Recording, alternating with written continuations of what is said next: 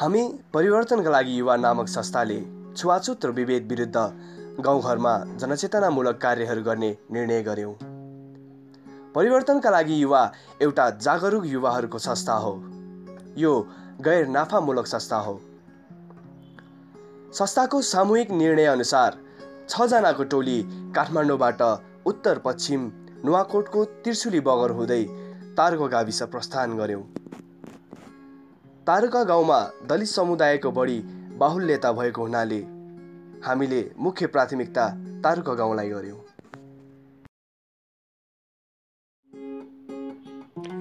गाविसमा अध्ययन गर्दै जाँदा हामीले एउटा यस्तो पात्र भेट्यौं जुन उहाँ वृद्ध अवस्थामा रहिकन पनि पुरानो मन्दिरमा नर बजाउने कार्य गरिरहनु भएको रहेछ। उहाँको परिचय दिनुपर्दा नाम हिराबहादुर दमाई, उमेर 75 वर्ष।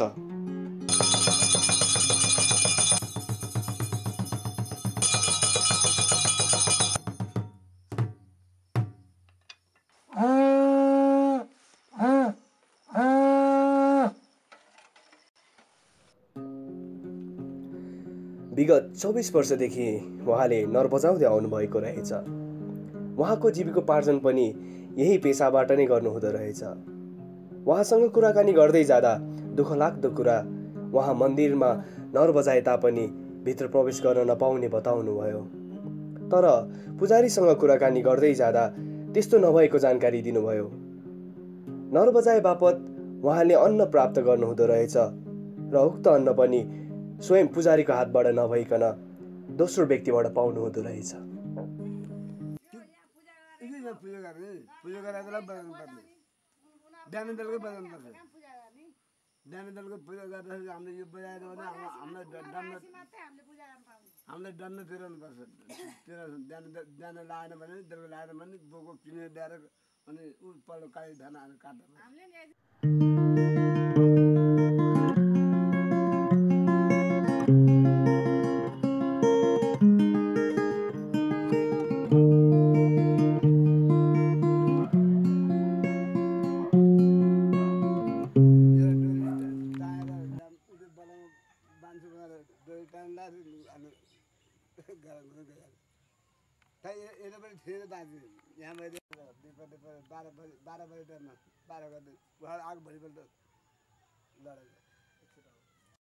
भूकम्पपछि उहाँको घर जीर्ण भएको छ। राहतको नाममा थुप्रै सामग्री आए पनि उहाँको दैलोसम्म पुग्न सकेन।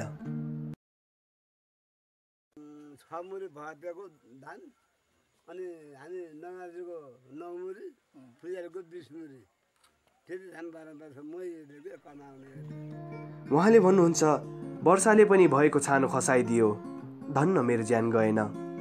भन्नुहुन्छ, मलाई कसैको आश छैन, तर जातीय भेदभावको अन्त्य भइदियोस्।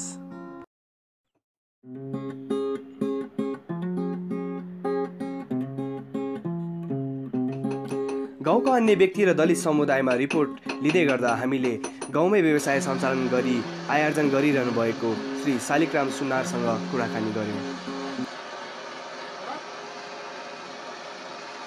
त्यस्तै 3 महिना जति भयो। म पहिला उता काठमाडौँमा बसेर काम सिकिरहेको थिएँ।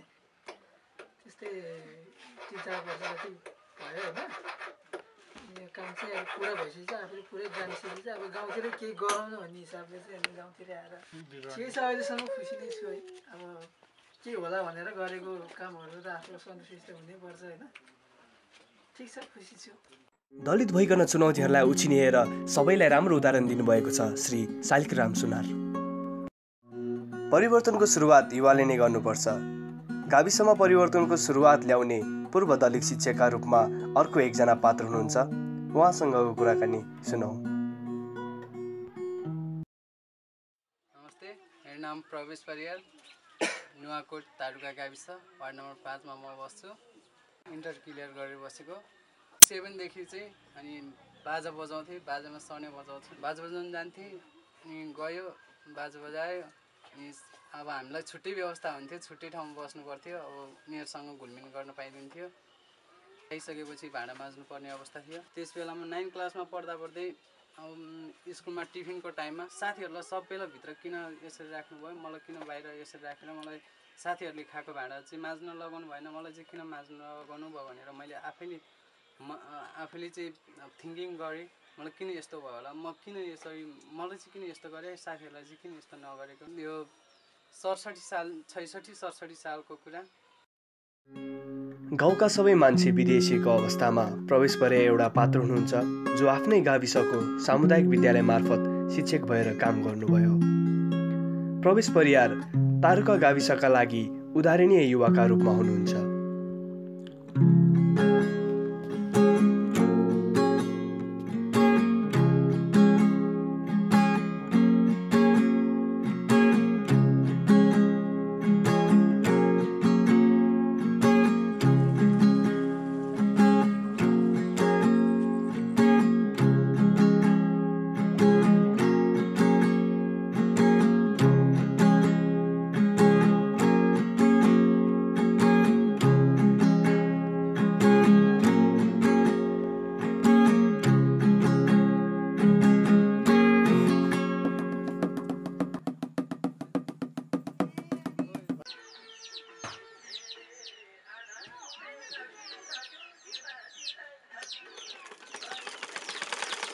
हाम्रो समूहले तारुका गाविसमा साङ्गीतिक प्रस्तुतिद्वारा छुवाछुत र विभेद सम्बन्धी सन्देश प्रदान गर्यौं।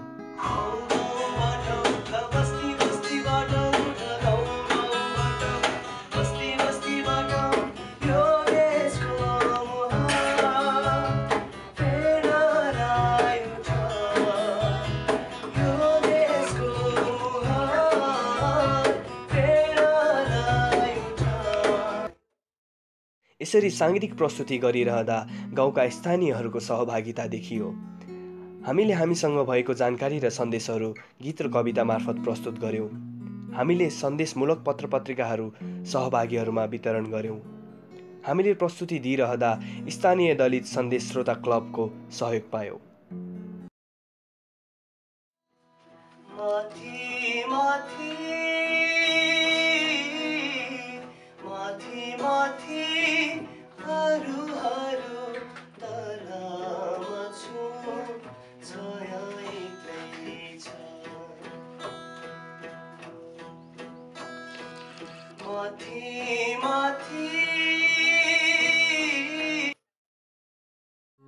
सहभागीहरूको कुरा लिइरहँदा कल्पना रामतेलले दलितहरूमा समस्या आइरहन्छ तर यसलाई चिर्दै लानुपर्छ भन्ने धारणा व्यक्त गर्नुभयो।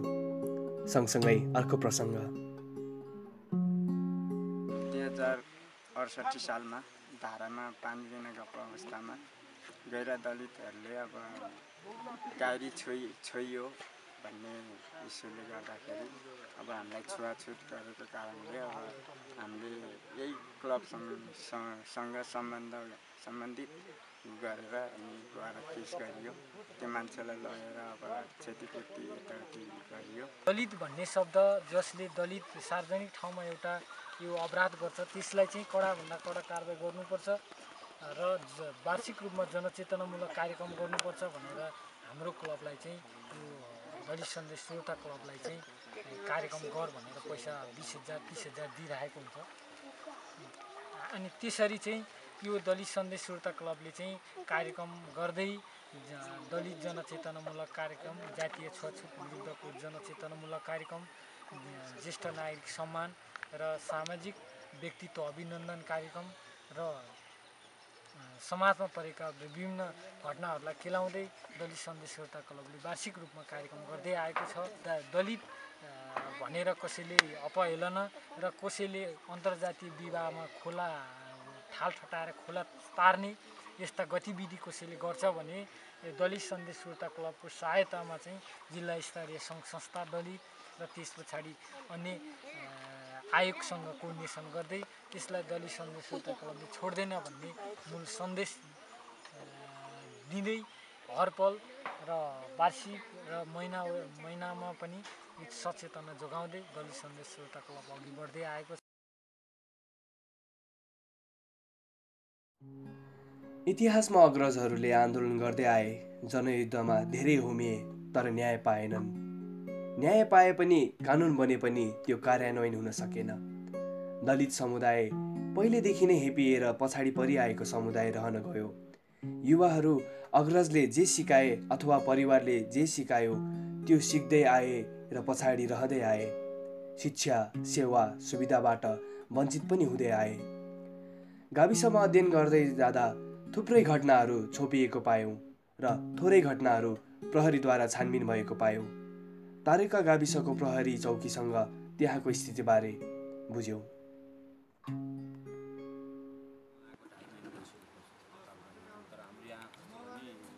दलितको खासै त्यति केसहरू आएको छैन। अब हाम्रो त त्यस्तो दलितहरूको त्यस्तो किसिमको छुवाछुत भयो अलिक कुनै त्यस्तो व्यवहार अहिलेसम्म आइसकेको कुनै पनि त्यस्तो घटना आएको पनि छैन र त्यस्तो किसिमको नआएपछि हामीहरूले त्यस्तो छ भने तुरन्त हामीहरू त पुग्छौँ होइन। यो छुवाछुत कार्यक्रम गर्नु हुँदैन, दलित भनेर दलित होइन मान्छेहरू सबै बराबर हो भनेर हामी त्यस्तो कोही आइहाल्यो प्रथम आएकै छैन। आयो भने हामी यो कार्यक्रम लिएर बस सबैलाई सम्झाउने गरिरहेछौँ। तर यहाँ सबै बुझिसकेका छन्। हाम्रो कार्यक्रम गर्नुको उद्देश्य युवाहरूमा चेतना र समुदाय भनेको के हो र आफ्नो अधिकार भनेको के हो भन्ने कुराबारे ध्यानाकर्षण गराउनु थियो। अबको पुस्ताले, अबको युवाले विभेद र कुसंस्कार बोक्नु हुँदैन भन्ने थियो। हामी परिवर्तनका लागि युवा आशा गर्दछौँ यो वृत्तचित्र अभियानलाई नेपाल दलित आन्दोलनको दस्तावेजीकरणको सवालमा महत्त्वपूर्ण भूमिका निर्वाह गर्नेछ। रगत त सबैको रातो नै रह्यो, तर व्यवहार किन कालो?